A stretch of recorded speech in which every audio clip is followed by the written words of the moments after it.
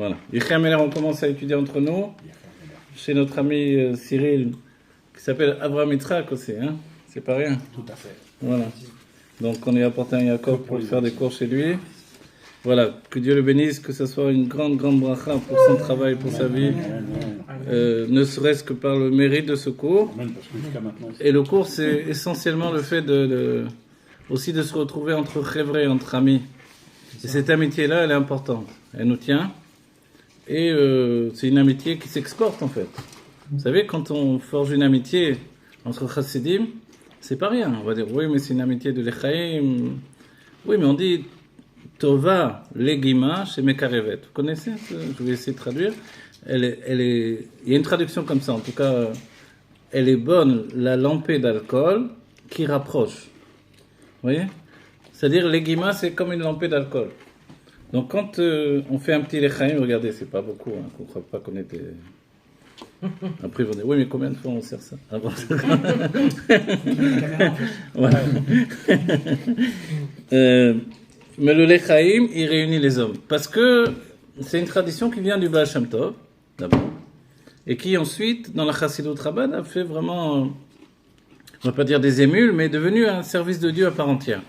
Pourquoi? Pour entraîner l'âme animale. Et c'est vrai, quand on se dit, mais ces jours-ci, on a vu l'âme animale dans le Tanya, et qu'on part à partir du Tanya vers l'âme animale, et puis de là, on explore tout le reste de la Torah à partir du Tanya, finalement.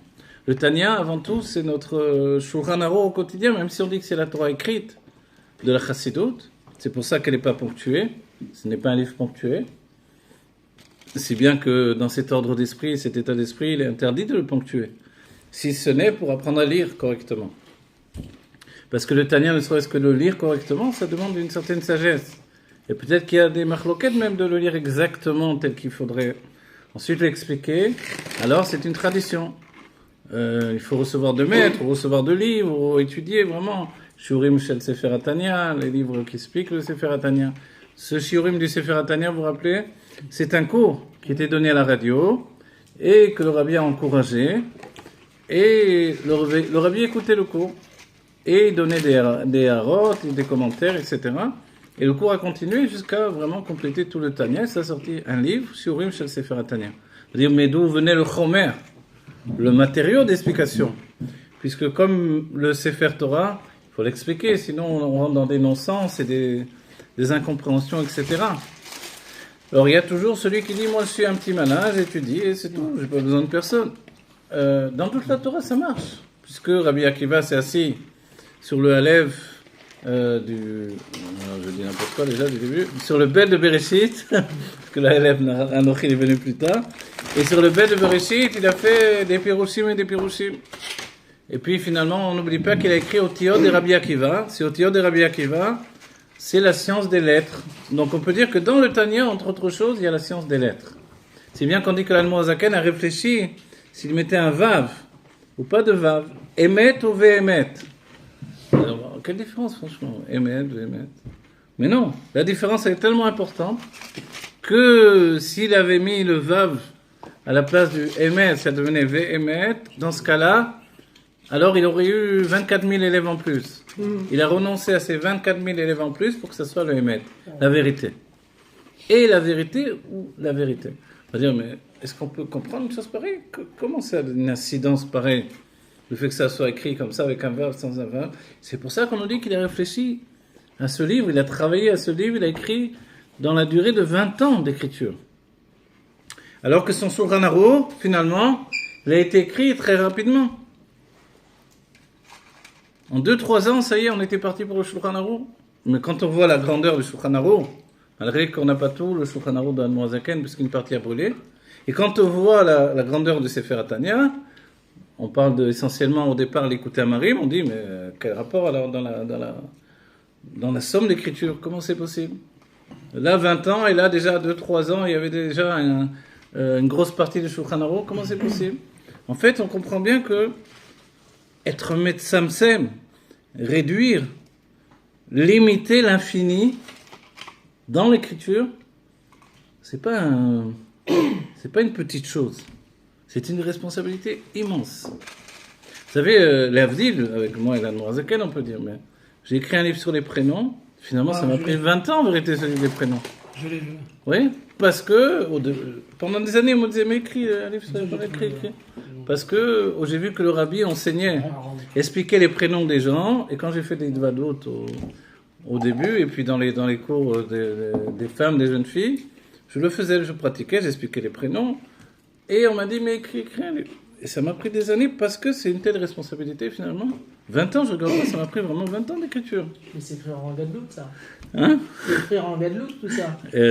C'est écrire avec la responsabilité de te dire, une fois que j'ai terminé le livre, je peux dire que si on vient me dire, tu sais là, ce que tu as écrit, je pense pas que c'est juste, on me l'a fait. Mais non, mais il l'a écrit J'ai pour dit lui, sache pas pour nous. que si j'ai écrit là-dedans, c'est que c'est juste. Il a écrit pour lui. Ah, mais je suis pas sûr. Je dis, tu es pas sûr, mais moi je suis sûr. On va dire, comment tu es sûr? Tu peux affirmer comme ça? Moi, on va dire comme Corda. Parce que avant d'écrire, tu sais pas, j'ai tremblé avant d'écrire. J'ai tremblé, je suis revenu sur tout ce que j'avais étudié, encore et encore et encore.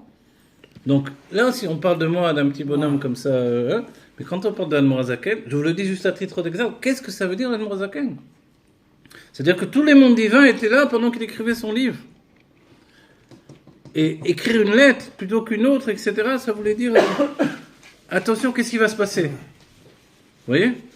C'est-à-dire, c'est des ouragans, c'est des tremblements de terre, c'est des. Vous allez dire, bon, n'exagère pas un peu le Rav Corda? Ouais. En vérité, non. Sache que non. Je vous donne un exemple. À l'époque je vais vous rapporter d'après un livre qui s'appelle Bethlehem Yehuda, que ceux qui étudient la Kabbalah connaissent. C'est un livre du Rav Yehuda Ptaya, Rabbi Yehuda Ptaya. Qui était ce Rabbi Yehuda Ptaya? On le considère comme le Rashi de la Kabbalah. Et le Rabbi Yehuda Ptaya, en fait, il a écrit un livre, il a écrit des livres qui sont célèbres, d'autres moins célèbres. Il a écrit comme, quand on dit Rashi de la Kabbalah, c'est qu'il a expliqué le Etzraïm du Hari Akadosh, qui est le livre de base de toute la Kabbalah, mais il a expliqué comme Rashi explique le Chumash. C'est-à-dire vraiment, tu veux savoir l'essentiel, il te l'explique. Et à côté de ça, il a écrit un livre qui s'appelle Ruchot Medabrot. Il parlait avec des âmes. Dans la notion, par exemple, quand on parle de fantômes, on dit on y croit pas dans le judaïsme. Alors c'est des fois le genre de questions qu'on me pose. Oui, ça existe, mais peut-être pas dans l'image populaire du fantôme. C'est-à-dire qu'il y a des âmes qui ne s'accordent pas en fait l'accès au Gan Eden et qui ont. On va dire, mais pourquoi elles ne s'accordent pas l'accès au Gan Eden? Parce qu'elles ont encore trop d'attrait. Oui, ça existe. Elles ont trop d'attrait pour la matière du monde et n'arrivent pas à renoncer au monde, en fait. Oui, mais elles ont quitté le corps. Alors, vas-y, monte dans les mondes spirituels. Mais elles n'arrivent pas à monter dans les mondes spirituels. Et donc, elles sont en chemin, elles sont entre les deux. Et ça, c'est ce qu'on appelle communément un fantôme. On va dire, c'est grave. Mais oui, c'est grave, c'est affreux. On dit, mais pourquoi on en arrive à cette conclusion de vie comme ça? C'est parce que quand la personne ne travaille pas sa spiritualité pendant le courant de sa vie, quand arrive le moment où elle doit quitter son corps, c'est une rupture tellement grande qu'elle n'est pas du tout préparée. Et c'est là où nous, on a une chance dans le judaïsme, et qui plus est dans la chassidoute, ou les kabbalistes, c'est que finalement, on vit constamment avec les mondes spirituels. Et qu'on est capable de monter effectivement constamment dans les mondes spirituels. Il y a une image qui est donnée, il y avait, vous savez que les Rébim s'auto-éduquaient à monter dans les mondes divins. Le Rabbi Rayatz, je ne vais pas inventer ça, vous pouvez lire dans les écrits du Rabbi Rayatz, ses souvenirs. Le Rabbi Rayatz, comment son père le formait à monter dans les mondes divins. Et il raconte qu'un jour, son père, donc son père, le Rabbi Rachab, l'a entraîné, etc., etc. Bon, mais c'est pas ça que je voulais vous dire. Une fois, le Rabbi Rachab lui-même, quand il était enfant, il s'est retrouvé avec son père, le Rabbi Moarash. Et le Rabbi Moarash est monté dans un monde très très élevé. Ils se sont retrouvés dans le monde de Bria. Pour ceux qui connaissent la Chassidoute et la Kabbalah, le monde de Bria, c'est un monde où il y a déjà plus de matière. Il n'y a même plus l'image de la matière. Alors on va dire, comment il est possible de monter dans le monde de Bria? En fait, il était à la porte du monde de Bria. Alors on va dire, qu'est-ce qu'il y a à la porte du monde de Bria? Il y a ce qui s'appelle le monde de Yetzira. Vous voyez? Et il y a un passage entre les deux. Et le monde de Yetzira, c'est le monde de la formation, le monde de Bria, le monde de la création. Bereshit bara Elokim et Hashamayim et Haaretz. Le Hari Akadosh nous dit, le bête de Bereshit, c'est le bête de Bria. Le Aleph d'Anochi, c'est le Aleph de Hatzilut, le monde de l'émanation. Même si on ne comprend pas, on n'a pas étudié tous ces mondes, on comprend que c'est quelque chose de très élevé. Il dit, le Rabbi Rayatz, qui s'est retrouvé à un niveau extrêmement élevé du Gan Eden, et tout à coup, il a vu un juif très très simple qui était là. Et il est resté étonné. Son père, lui, était déjà en train de monter dans un monde plus haut, en tant que rabbi, et lui, il n'était pas rabbi, il ne pouvait pas aller accéder à ce monde-là. Il a attendu, et quand son père est revenu, il a dit, ah bah, comment ça se fait qu'il y a là, hein, j'ai regardé cette âme-là, je vois que c'est un juif extrêmement simple. Il se trouve au milieu des tzadikim, dans des degrés d'élévation, de compréhension, d'études extraordinaires. Qu'est-ce qu'il fait là? Et son père lui dit, c'est un juif qui a appris le Tanya par cœur, mais sans le comprendre. Comme il a appris le Tanya par cœur, il s'est élevé jusqu'au niveau exceptionnel où tu le vois aujourd'hui. Il est entouré par les plus grands tzadikim. Est-ce qu'il a lu les deux? Mais comme il n'a pas compris le Tanya, il a juste appris par cœur, alors il n'a pas vraiment d'approche intérieure des choses, il n'est pas en train d'étudier. Mais il a accédé à ça. Vous vous rendez compte ce que ça veut dire? Pensez que dans les générations passées, souvent, il arrivait que les chassidim n'étudiaient pas la chassidoute comme aujourd'hui. Ils connaissaient des fois un mamar par cœur qui répétait sans arrêt. Ça ne voulait pas dire pour autant qu'ils connaissaient le sens. Et le Rabbi Rayatz, quand on étudie le Rabbi Rayatz, il va faire vraiment du seder dans tout ça. C'est-à-dire qu'il y a celui qui s'appelle Yodéa Sefer, celui qui connaît un livre. Il y a celui qui connaît vraiment les marés mécommodes, les endroits de chaque enseignement. Et celui qui connaît vraiment... Et puis il y a celui qui sait ce qui s'appelle Yodéa Inyan. Yodéa Inyan, c'est-à-dire il connaît le sujet, mais il a peut-être oublié où ça se trouve en vérité. Moi, je suis plutôt du genre comme ça. Je connais le sujet, ça ne veut pas dire que je sais toujours où ça se trouve. Vous allez dire, mais pourquoi? Alors, on va dire, ok, les plus grands livres que j'ai étudiés, forcément, on sait où ça se trouve. Mais comment on se retrouve à avoir des enseignements dont tu es sûr, parce que tu les as étudiés plusieurs fois, et tu ne sais pas toujours d'où ça vient? Alors, je vous dis, c'est quand on fait un avoda de tfila, un travail sur la tfila, et chez Chabad, elle est basée sur l'étude. Donc, quand vous étudiez de cette manière-là, vous n'êtes pas dans la précision de dire quelle page exactement je suis en train de voir, etc. Vous ouvrez les livres. Et vous jouez beaucoup avec ce qui s'appelle l'Ashgacha Pratit, la divine providence. Vous ouvrez les livres, vous étudiez, vous voyez un sujet, un autre sujet, et vous en ouvrez 10 de livres s'il faut. Moi, comme ça, je priais pendant longtemps. Après, avec tous ces livres-là sous les yeux et les sujets où je m'approfondissais, et en même temps, j'enseignais avec la tfila, je ne savais pas toujours où j'avais vu finalement, où ça se trouvait. Mais l'enseignement est resté. Et ça s'appelle, c'est le Rabbi Rayatz, Yodéa Inyan. Il connaît le sujet. Il ne connaît pas le livre, il ne connaît pas même pas l'endroit où ça se trouve, mais il connaît le sujet. Avec les années, on va dire, qu'est-ce qui vaut mieux? On va dire, non, en fait, tu ne choisis pas. C'est ton âme qui choisit. Il y a celui qui est extrêmement précis, parce que son âme, elle est précise. Il y a celui qui est pris, donc c'est des lumières intérieures, celui qui rentre dans les sujets, qui construit par la structure extérieure et qui vient petit à petit à l'intérieur. Et il y a celui qui est pris par les makifim. Les makifim, c'est-à-dire des lumières, on va dire, vous savez comment on prie normalement, on peut dire chez les chassidim, normalement, mais une manière, c'est de se mettre dans la divinité jusqu'à sentir qu'on est dans les bras de Dieu. On étudie et passé un moment, on traduit l'étude en dévoilement divin. C'est pas qu'on veut forcément le provoquer, mais il y a un Yom Yom qui parle de ça. À un moment ou à un autre, forcément, ça devient quelque chose qui vous prend. Et sur cette lumière-là de l'enseignement que vous venez d'étudier, vous priez avec ça. Et quand vous l'avez goûté, en fait, quelquefois, si vous n'avez pas cette sensation de lumière autour de vous, qui est comme une chaleur qui vous réchauffe, une sorte de bulle dans laquelle vous vous trouvez, et vous pouvez être... Vous vous rappelez, on dit, le chassid Chabad, il peut s'isoler dans une foule. C'est ça le travail que le rabbi nous demande. Il peut jeûner dans un bon repas. Vous voyez, des choses de genre comme ça. C'est-à-dire, Nosea Fachim, qui réunit des contraires, les paradoxes de celui qui veut un travail pnémi, intérieur. Donc on n'est plus la génération où on va jeûner, on va se casser, on va se briser. Si on l'a fait un petit moment dans sa vie, ok, on a compris qu'il fallait dépasser ça de toutes les manières. Mais quand on se dépasse, on comprend que quelque chose est en train de briller dans mon âme, il faut le saisir. Et comme on est tous différents, ce qui brille pour mon âme, elle ne va pas briller pour l'âme de l'autre. On est tous différents et ça c'est extraordinaire. Vous savez, des fois je me dis, ça vous est pas arrivé de marcher dans la rue? Moi, ça m'est arrivé dernièrement, ça oui, souvent. Hein. Mais, c'est pas fini, oh là là. Je pensais. Mais, et de voir tout à coup, une petite bestiole que vous aviez jamais vue. Hein? J'adore le métier. Ah, d'accord. Voilà, tu adores les bestioles. Non, mais il y a... Quand, je crois que c'était avant-hier, je marche et je vois un petit scarabée d'une couleur verte comme ça. J'ai dit, mais je ne connaissais pas celui-là. Hein? J'ai jamais vu une bestiole comme ça, je ne la connaissais pas. Et on va dire, bon, qu'est-ce qu'on s'en fiche de ta bestiole? Pourquoi tu racontes ça maintenant? On est une adulte.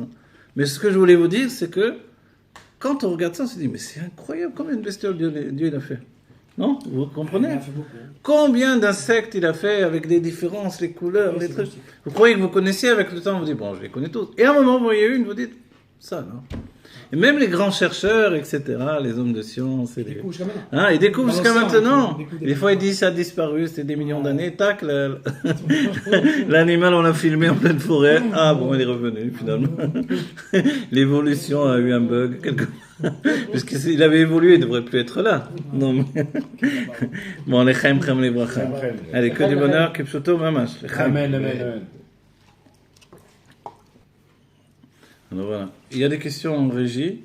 On va répondre aux questions. Ok. Non, les cham, les bracha, les questions elles portent sur, puisqu'on a parlé des âmes, d'élévation, etc., la difficulté de quitter le monde ou quoi que ce soit. Les sages ont donné des images un peu fortes par rapport à ça. Je vais répondre aux questions, c'est pas forcément ce que j'avais prévu ce soir. Ça veut pas dire que j'ai prévu exactement ce que j'allais dire. Mais d'abord, les sages disent une image qui est dure, pour qu'on comprenne bien combien c'est important de s'investir dans la Pnimiut Torah, l'intériorité de la Torah, que ça devienne un rouge au quotidien, un don au quotidien. C'est qu'il est dit que celui qui est attaché à ce monde matériel, comme on dit de manière générale, vulgaire, les Rechaïm, on va dire, quand l'âme elle doit sortir du corps, c'est comme une pelote de laine qui s'est coincée dans des ronces. Allez l'enlever. Plus vous tirez, plus vous accrochez, plus... Donc elle a beaucoup de mal à quitter la matière. Tandis qu'on dit, il y a un tzaddik qui quitte ce monde, c'est comme un cheveu qu'on enlève d'un verre de lait. Il faut le saisir, certes. Mais une fois que vous l'avez saisi, vous l'enlevez. On le voit bien. Voilà. Un cheveu noir, j'imagine. Pas un cheveu blanc. Et vous l'enlevez du verre de lait, c'est-à-dire que ça s'enlève comme ça. On va dire, c'est une telle différence. En fait, c'est ça l'idée même qui va derrière le fait que l'on dise que la Iloula de Rajbi, c'est une Iloula, la joie d'un mariage. On va dire, mais pourquoi, en fait? Pourquoi Rajbi en particulier? C'est parce que lui était occupé à dévoiler les mondes divins dans ce monde.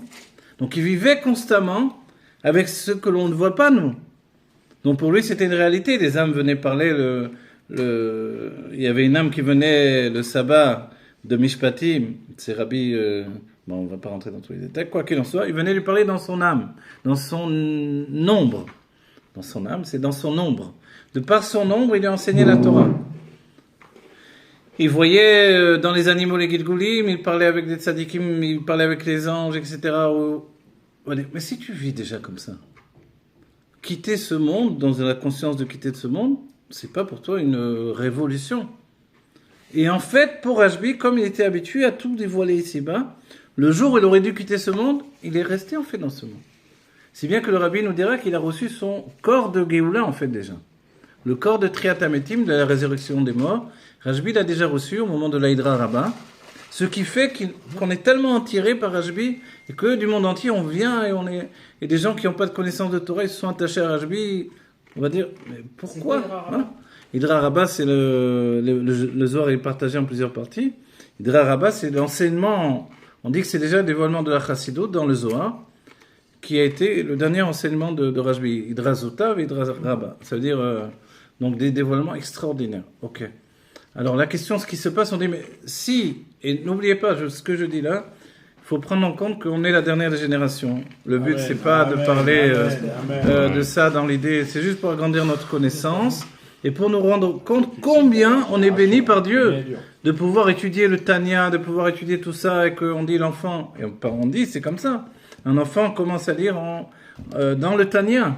Pourquoi? Parce que accéder à ça directement, c'est arrêter justement le processus des vies successives pour apprendre et s'améliorer, faire les tikkunim, voilà. Non, maintenant tu t'attaches à Dieu, tu comprends que cette vie terrestre elle est divine, simplement elle a un mode de fonctionnement matériel, mais c'est un monde divin comme un autre ici. Donc rencontrer le monde divin à travers la matière, mais ça a pris des siècles pour arriver à ça. Vous voyez? Vous vous rendez compte que c'est extraordinaire. Et ça, pour chacun d'entre nous, quand un enfant, un jeune homme, une jeune fille, on va dire même un vieillard, un homme, qui que ce soit, on étudie les secrets de la Torah, les grandes sadikim se disent, mais pourquoi on n'a pas eu le mérite d'en arriver là?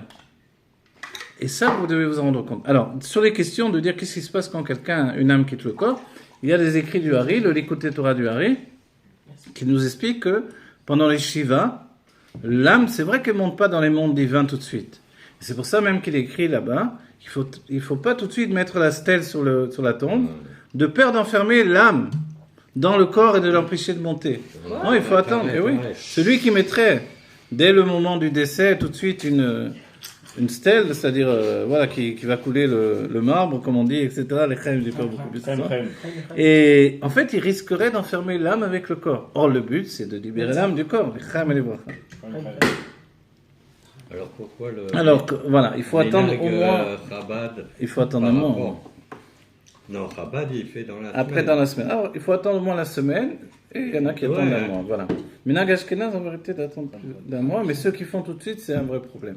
D'après le Hari, en tout cas, c'est ça. Mais sachez alors, on va dire, qu'est-ce qui se passe pendant une semaine? Est-ce que les Shiva, c'est une nécessité? Alors, dans les Likutei Torah, sur le fait justement, de Yaakov Avinu, là-bas, le Hari nous explique que il y a deux lettres qui sont attachées à la personne, au-dessus de la personne. Ça s'appelle le Tselem, Lamed Mem, c'est comme deux lettres, Lamed et Mem, qui sont là. Vous voyez, les Égyptiens avaient un petit peu de connaissance là-dessus. Beaucoup, je sais pas, il imageait par le serpent, là, le cobra, c'est la lettre Lamed en fait. La lettre Lamed, on la connaît bien en hébreu, c'est comme une tour qui vole dans le ciel. Comme ça, il est défini dans Maseret Shabbat. On va dire, mais c'est quoi ce tselem? C'est comme la carte d'identité de l'âme, mais une carte d'identité spirituelle. Et c'est en fait la part inconsciente de la personnalité. Et quand une personne travaille dans son âme, elle travaille sur les trois parties de l'âme intérieure, Nefesh, Ruach, Neshama. Ok. Mais Chaya Yechida, c'est la part inconsciente. Donc quand on quitte la matière, la part inconsciente, elle est un peu perturbée forcément. Elle ne sait pas qu'est-ce qu'elle doit emporter avec elle de ce monde. Et c'est pendant les Shiva, donc les 7 jours, parce que les Shiva, ça représente l'Amed même en Gematria Ktana. D'ailleurs, j'enlève les dizaines, je me retrouve avec les unités. J'ai le chiffre 7. D'accord? Le chiffre 7, maintenant, c'est les 7 jours où l'âme va faire l'aller-retour entre l'endroit où elle est enterrée et les endroits où il y a la Shiva. Elle fait l'aller-retour. Si on pouvait, on la verrait sans arrêt. Elle va, elle vient, elle va, elle vient. On va dire, mais qu'est-ce qu'elle fait d'aller venir? En fait, elle ramasse, est en train de récupérer sa part du monde, c'est-à-dire toutes les impressions du monde, elle va les prendre avec elle. Et c'est là où c'est important de se réunir et de parler de l'âme et de parler de cette personne-là et de raconter des histoires. Parce qu'elle va emporter avec elle tout ça. Tout cet amour que l'on a d'elle, elle va le prendre avec elle. Et d'où elle sait qu'elle doit emporter tout ça? Parce que le Chaya Yechida connaît, en fait, on va dire instinctivement, c'est inconscient. Elle est en train de faire ce travail. C'est une fonction de Chaya Yechida. Les Makifim, c'est-à-dire, voilà, je rentre dans cette maison, je me sens bien ou je me sens pas bien. Voilà. C'est ça. L'âme, elle peut, c'est pas un plus 2 ou 2 plus 2. C'est quelque chose que l'on saisit de manière inconsciente. Et le tzaddik, c'est le nun et le yud, c'est ça, Alors, c'est une autre chose. Mais là, même chez le tzaddik... Les tzaddikim, ils ont dans leur corps déjà les 5 niveaux. Alors, les 5 niveaux, non, peut-être pas tous ensemble, voilà, parce que le Mashiach, il va donner la Yechida à chacun, la Yechida Klalit. Mais nous, on l'a pas général. Dans mais ce qui est dit, c'est que, en vérité, notre travail se fait d'abord sur les parts intérieures. Ces parts-là, c'est un cadeau de Dieu. On va dire, mais pourquoi Dieu me donne ça en cadeau? Voilà. C'est le travail c'est la récompense de mon travail. C'est très important. Parce que je ne peux pas, moi, le provoquer, en fait. D'accord? On va continuer. Voilà, on est passé au rêve dans la suite des choses, mais peut-être qu'on revient à la base de tout ça. De Yosef Hatzadik, on se rend compte que tout est un rêve. Le rabbi nous dit, mais en fait, c'est parce que, à partir des rêves de Yosef, le premier rêve de Yosef, le second rêve de Yosef, puis les rêves de Pharaon, on rentre en Égypte finalement. Et l'Égypte, ça représente l'exil. Et le rabbi nous dit, mais de là, on apprend, les brachas, que en fait, on est toujours dans le rêve de Yosef. On est toujours dans cet exil-là. Et tout le travail, c'est d'en sortir. Aïnou kecholmim. Quand on va venir la Géoula, on va se rendre compte qu'on était comme en train de rêver. Donc les rêves, c'est une bonne chose, c'est pas une bonne chose. La Gemara Masrel Brachot a dit que ça doit aller d'après l'interprétation. On va dire, mais quel est le lien, les rêves, avec l'âme qui sort du corps et qui va quitter ce monde? C'est que, en fait, elle prend conscience que la vie, elle peut passer comme un rêve, finalement. C'est-à-dire, aujourd'hui, on se rend pas compte, on a l'impression que c'est long et que on attend, on passe des choses. Mais au moment où l'âme quitte le corps, cette sensation, c'est que tout est passé en un instant. Et combien j'aurais pu faire plus, combien j'aurais pu encore étudier, encore améliorer, encore... On manque toujours de temps. Et c'est pour ça qu'on revient à l'Hashlim de vie en vie. Aujourd'hui, on a dit c'est la dernière des vies. Sachez quand même une chose, puisque ça vous intéresse, c'est... On dit que le Tselem, 30 jours ou 40 jours avant, puisque le Tselem il est formé de 2 lettres, Mem et Lamed, Mem en Gematria, donc avec les dizaines, ça devient 40 et Lamed 30. On dit 30 jours ou 40 jours avant que quelqu'un quitte ce monde, le Tselem va le quitter. Donc le Tselem, même si on ne sait pas ce que c'est, on comprend que c'est la spiritualité d'une personne, l'aspect inconscient. Elle le quitte. On va dire, mais où il va ce Tselem? Il va s'installer déjà dans le Gan Eden, à sa place. Et en fait, il y avait des histoires avec des tzadikim qui reçoivent une personne et tout à coup le tzadik met un gant pour toucher la main à la personne. Mais pourquoi? Et quelquefois il est arrivé qu'un tzadik dit son tselem l'a déjà quitté, il n'est plus là. Comment ils savent ça? Voilà. C'est ça. Donc en fait, alors on va dire mais alors on dit, mais le tselem, est-ce qu'on a une preuve de ce tselem? On dit le tselem.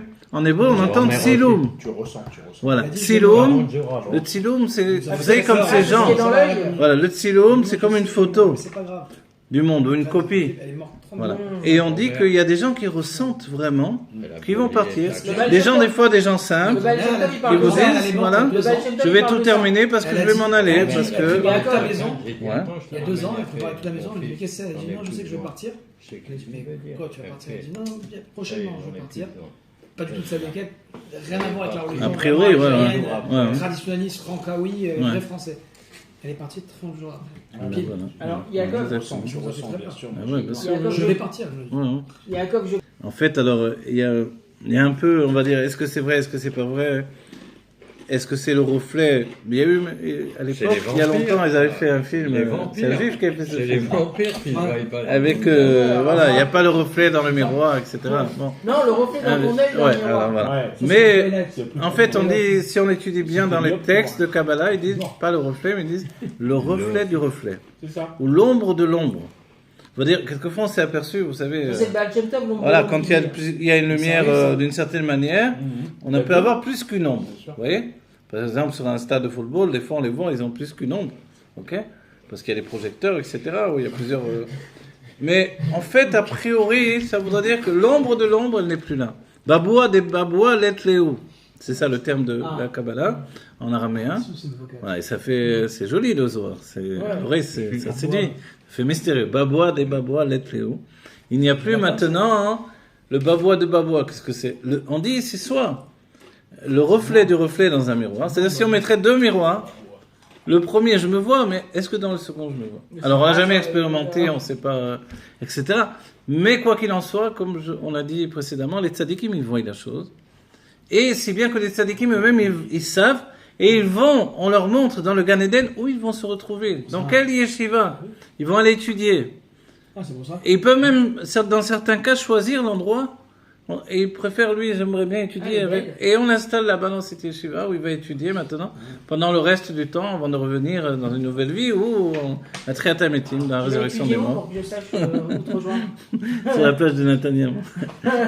Avec Cyril, on va. Ah, on sera 2. Voilà. On lâche pas les chevren. Non, ça va plus là. Hein. Je ne pense pas que ça y est. Le Rav Korda est retourné chez les kabbalistes. Non. On reste là. Non, le Rabbi nous a habitués que le Ikar ou Amaasé, que ce monde c'est l'essentiel. Ça doit être comme ça, c'est très important. Mais maintenant, c'est vrai qu'il y a des choses mystérieuses. Et moi, je le dis dans le sens où, quand on s'habitue à vivre avec tout ça, on est plus spirituel forcément. Même si... mais là, je suis rouge à la vidéo. Mais c'est la lumière. C'est de l'eau. Avant même de commencer à boire, c'est rouge. Voilà, je précise. Et merci. En fait, on comprend que donc, grandir ma spiritualité, c'est grandir ma vie éternelle au sein de la matière. Et c'est ça qui est extraordinaire. Avant, on voulait monter dans les mondes divins. Aujourd'hui même, j'ai enseigné même le fait que il y a un livre qui s'appelle Sharek Dusha, où on apprend comment quitter le corps et monter dans les mondes divins d'après le Rav Abulafia. Ça peut se faire. Et ça peut se faire, ça peut s'apprendre. Mais est-ce que c'est le but de notre vie aujourd'hui? Non, le but, il est vraiment de voir Dieu dans la matière du monde. Comme dirait l'Admor Hazaken, je vois Dieu dans mon stender, c'est là où je veux le voir. Dans mon pupitre de prière. Et nous, on veut le voir dans la rue, Moi, je me rappelle le Rav Chavi de Yerushalayim, il me disait, je ressens plus la Shrina. Il me dit toujours, mais enfin, là, ça fait longtemps que je ne l'ai pas entendu, qu'ils sont en bonne santé. Je ressens plus la Shrina au Chouk de Machane Yehuda qu'au côté de la Maharavi. Oh. Bon. Alors on va dire, mais comment ça se fait? Mais parce que les Juifs qui sont ensemble, ça fait une lumière particulière, c'est vrai. Et quelquefois, au côté de la Maharavi, on est un peu isolé.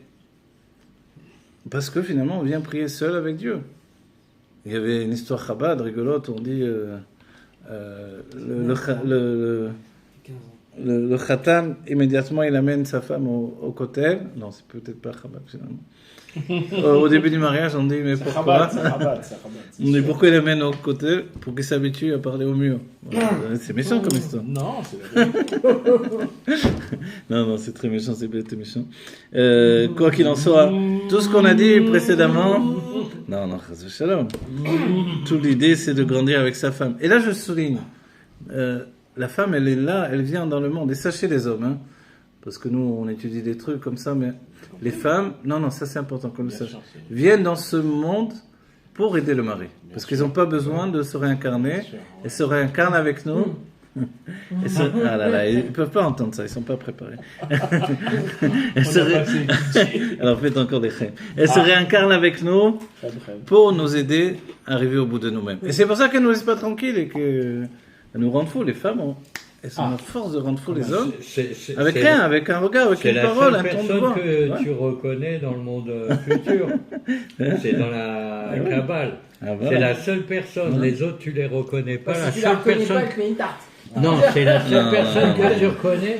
Parce que c'est la même âme. Je vous signale aussi, souvent on dit... Quoi, on va s'en taper aussi en haut? Vous savez, il y a toujours ces personnes... Écoutez, mais il y a toujours ces hommes qui se disent, si c'était mon Zivug Amiti, si c'était mon âme sœur véritable, alors évidemment ça se passerait mieux, ça serait harmonieux, etc. C'est pas vrai cette histoire, c'est bête de dire ça. Quand c'est vraiment, au contraire, une âme avec qui on est attaché profondément, elle n'est pas là pour me laisser faire n'importe quoi. Elle est là pour m'aider à avancer. Et c'est pour ça qu'il y a une sensation de sensibilité l'une avec l'autre, quoi. Donc alors c'est délicat, oui. Comment on parle des divorces? Hein?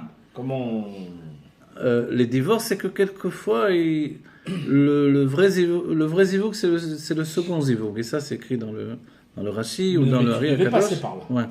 Ouais, on devait passer par là. On devait passer par la première. Et alors là, il y a une réponse aussi. Ah. C'est parce que... Je ne suis pas la deuxième. On va dire ça. On n'a pas plusieurs là-haut. Non, on va dire. J'en connais qu'on divorce. Ça veut pas dire que la femme précédente était d'un niveau inférieur. Au contraire. Souvent, elle était d'un niveau supérieur. Et l'homme avait besoin de passer par elle pour s'élever. Et après, finalement, il va retrouver le niveau qui lui appartient. Et des choses comme ça, en fait. Ou alors, il doit monter de niveau à un degré qui lui correspond. Mais enfin, c'est assez compliqué. Mais on comprend bien que les divorces, c'est pas une chose que nous, on peut provoquer. C'est vraiment quelque chose qui vient de Dieu. À moins que celui qui s'amuse à divorcer, comme on change de chemise, évidemment. Donc, mais si on parle de gens qui veulent bien faire et bien vivre et qui font de leur mieux, et que finalement les choses... Il y a des salikim dans la Gemara dont on parle des divorces, etc. On va dire, mais pourquoi? Mais parce que les âmes s'élèvent ensemble jusqu'à un certain niveau, et ensuite, finalement, chacun va aider en fait un autre conjoint. Et il ne faut pas s'étonner si dans la Géoula également, il va y avoir une partie de la Géoula où on retrouve le Zivug Amiti. Et quelquefois, ce n'est pas toujours le Zivug Amiti avec qui on vit. Et dans ce cas-là, chacun retrouve son Zivug Amiti. Mais est-ce que ça va être triste? Pas du tout, puisque chacun retrouve son Zivug Amiti. Tout le monde va être heureux. Voilà. Et ça, c'est merveilleux. Mais le Rabbi nous éduque à l'idée que la femme avec qui je vis, avec qui je suis passé sous la choupa, c'est mon Zivug Amiti. Voilà. Comme ça, il faut vivre. Comme ça, il faut le vivre bien. Donc, celle qui me, en termes communs, me casse les pieds, au contraire, c'est Dafka, Sherpat là. Voilà. Parce qu'elle, elle n'est pas indifférente à mon sort. Donc, Elle veut m'aider, elle veut me faire progresser. Ils font faux quand ils disent que jusqu'à que la mort vous sépare. Ah non, c'est complètement faux. Non, jusqu'à ce que la vie nous rapproche. C'est Alors, ils n'ont pas entendu les deux. Non, il y a quelque chose que le rabbi nous dit, parce que souvent, déjà quand on parle de ces sujets-là, on va dire de manière générale, que ce soit les coups, ou les âmes, ou les ciels, et là, on comprend, et on comprend qu'on comprend moins que ce qu'on comprend en vérité. Donc, ce qui est incompréhensible est plus grand que ce qu'on comprend. Et le rabbi nous dit, en fait, c'est ça qui nous attire. Le rabbi nous dit ça, c'est incroyable. Il nous dit ce que je ne comprends pas. C'est-à-dire, je comprends des choses et puis en même temps, ça ouvre une porte d'incompréhension. Ce que je ne comprends pas a plus d'effet sur moi que ce que j'ai compris. Voilà. Et dit, ça fait une. Que je connais ou ce que et ça nous porte en fait. Moi, des fois, je me demandais, quand je vous dis 10 ans, j'avais un cours de femmes, c'était plus de 50 femmes. Et des fois, je me disais, mais pourquoi viennent ces femmes? Des fois, il y a des femmes simples. Elles venaient en cours. Et moi, en plus, je venais du monde de la Kabbalah, je donnais beaucoup de Kabbalah au début, beaucoup plus. Je me disais, mais pourquoi viennent ces femmes?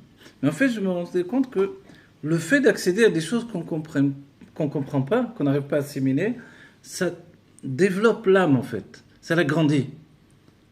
Et c'est ça qui nous attire, nous donne envie de revenir. Par exemple, non, et de l'avantage du Tanya et de la Chassidoute et de la Kabbalah. Mais des fois, par exemple, ça m'est arrivé d'avoir... dans ce cours de femmes, une femme qui venait de France, qui me fait un scandale devant tout le monde. Jamais j'ai entendu enseigner comme ça, c'est honteux, etc. Et pourtant, j'étais des années avec Moulay Azimov à Paris, jamais personne. La fois d'après, elle est revenue, et après, elle revenait, elle ne s'arrêtait plus, elle est revenue sans arrêt, des années. Mais le premier moment, c'était un choc. Ce choc de dire, c'est pas possible d'enseigner des choses qu'on ne comprend pas, finalement. Mais moi je faisais pas exprès forcément d'enseigner des choses qu'on ne comprend pas. C'est que la Torah elle-même en réalité, si on l'aborde vraiment telle qu'elle est, il y a une grande part qu'on ne comprend pas. On ne va pas inventer une compréhension. Non, c'est vrai qu'on ne comprend pas, mais ça nous prend, ça nous touche, ça nous entraîne.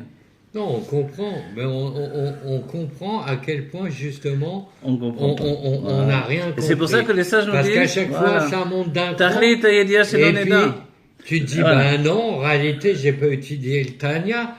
Voilà, une autre personne, elle vient et on recommence depuis le début. Et puis on va découvrir. Et je fais, mais d'où il a sorti ça? Exactement. Et c'est vrai. Et c'est une autre facette, une autre facette, une autre facette. Donc jamais je peux dire, ben non, j'ai appris le Tanya, non. Et c'est pour ça que la Torah, elle est comparée à de l'eau. Parce que dans l'eau, on se reflète. On se reflète, donc finalement on dit la Torah de Moshe, la Torah du Rambam, combien de Torah vous avez? C'est la même, mais chacun se reflète dans cette Torah-là. C'est ça qui est merveilleux, c'est pour ça qu'on dit que tout le monde est capable de les chadesh, de renouveler, d'apporter une nouvelle idée de la Torah. Et pas penser que c'est stupide. Moi je me rappelle au début quand j'ai fait tchouva, je revenais, je disais des choses des fois, on m'a dit mais attends, pourquoi tu poses des questions par là? Comme ça, je dis ok, sur la paracha, tout ça. Et après j'ai vu que le rabbi posait les mêmes questions. Plus d'une fois. Et je me dis, mais parce que si vous mettez pas une muselière à la personne, elle va poser des questions logiques. Comme quand le rabbin nous dit, le Rashi vient parler à un enfant de 5 ans. Vous vous rappelez, c'est célèbre, ok? Donc c'est un rouge pour un enfant de 5 ans. Et le rabbin, à un moment, il nous dit, mais quel enfant de 5 ans en vérité? Quand on voit que le Rashi, finalement, il y a le pardès entier dans le Rashi, y compris la Kabbalah, etc. Et que les sikhos du Rabbi nous demandent la profondeur du Rashi. On dit, mais alors où il est l'enfant de 5 ans? Et que même à 60, des fois, tu comprends pas. Tu dis, et où il est l'enfant de 5 ans? Gosse de 5 ans. Et le Rabbi a précisé un enfant de 5 ans qu'on n'aurait pas dénaturé. C'est-à-dire dont on n'a pas enlevé le bon sens, en fait. Mais quelquefois, les balais de Tchouva, ils ont plus de bon sens que les gens qui étudient des années dans la Torah. Parce que eux, déjà, ils ont on va dire des façons de penser encadrées par des systèmes. Et l'autre, il arrive, il n'a pas de système. Voilà, Shimon, il brise tous les systèmes, lui. Donc, il enrichit. C'est ça qui enrichit. C'est là où l'élève va permettre au maître d'atteindre des niveaux qu'il ne pourrait pas atteindre lui, parce que lui, il est maintenant rentré dans les systèmes de compréhension. Et le Rabbi Racham nous dit, l'intellect, il est limité, il fonctionne dans la limite. Mais l'élève, lui, il n'est pas au courant, donc il vient, il brise toutes les limites. Il a une chutzpah de Gdusha, on va dire, chutzpah Yitzgé, Et puis, voilà, il n'y a pas de limite à ce qu'il peut demander. Et ça grandit la compréhension. C'est extraordinaire. Voilà, que Dieu bénisse toute la Chevra Kadisha, que les brachot rentrent et soient dans notre vie, que la Torah se diffuse, mais ou mais vers, qu'elle soit au-delà de tout ce qu'on a pu déjà diffuser, que se dévoile vraiment la Torah Chadasham et Titetse, cette profondeur de la Torah qu'on n'a pas eu encore. C'est seulement le début pour nous de l'étude, du Tanya et de tous les textes de la Torah. Chaim et les bracha, que l'on accepte vraiment la Géoula comme on entend, et que tous nos soldats soient non seulement en bonne santé, mais indestructibles. Amen. Et que tous les prisonniers dans les forces du mal soient libérés. Amen. Et que tous ceux qui sont partis reviennent immédiatement Amen, dans la amen, vie amen, avec nous amen, pour accueillir la amen. Géoula. Les Chaim et les bracha. Mon fils en bonne Chaim et les bracha. Bien sûr, tous les enfants des familles en bonne santé.